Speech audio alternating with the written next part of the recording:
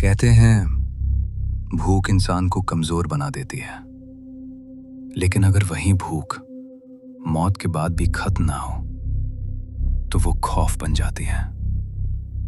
ये कहानी है अर्जुन की, एक गरीब मगर मेहनती लड़के की, जो रात के अंधेरे में लोगों तक खाना पहुंचाने का काम करता था।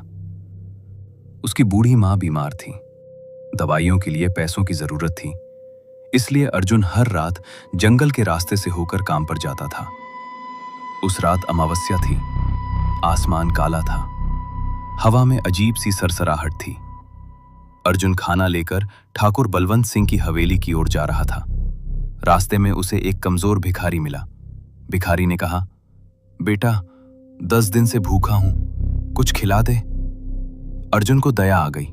उसने कहा, मेरे पास दाल और रोटी है, ले लीजिए। लेकिन भिखारी अचानक हंसने लगा। उसकी आंखें लाल हो गईं, चेहरा डरावना हो गया। वो बोला, मुझे दाल रोटी नहीं, इंसान का ताजा मांस चाहिए। और देखते ही देखते वो एक भयानक आदमखोर में बदल गया। अर्जुन के पैरों तले जमीन खिसक गई। तभी गांव के शंकर काका मशाल लेकर वहां पहुंचे। आग की रोशनी देखते ही वो राक्षस जंगल में गायब हो गया।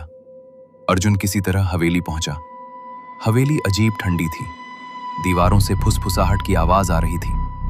जब वो ठाकुर के कमरे में पहुंचा तो रामलाल ने देखा ठाकुर जमीन पर पड़े हैं, नीले पड़ चुके हैं। लेकिन अगले ही पल शरीर गायब हो गया और पूरे कमरे में गूंजने लगी भयानक हंसी। खाना देर से आया, भूख से मेरी मौत हो गई। अब मैं इसी लड़के का खून पीकर अपनी भूख मिटाऊंगा। बालकनी पर लाल आंखें चमक उठी। अर्जुन और रामलाल जान बचाकर भागे।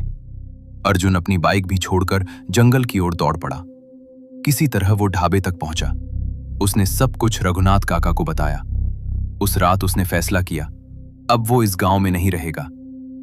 सुबह होते ही अर्जुन अपनी मां को लेकर शहर के लिए निकल पड़ा। लेकिन कहते हैं अमावस्या की रात उस हवेली की बालकनी में आज भी लाल आंखें चमकती हैं और जंगल से एक आवाज आती है, मुझे अभी भी भूख लगी है।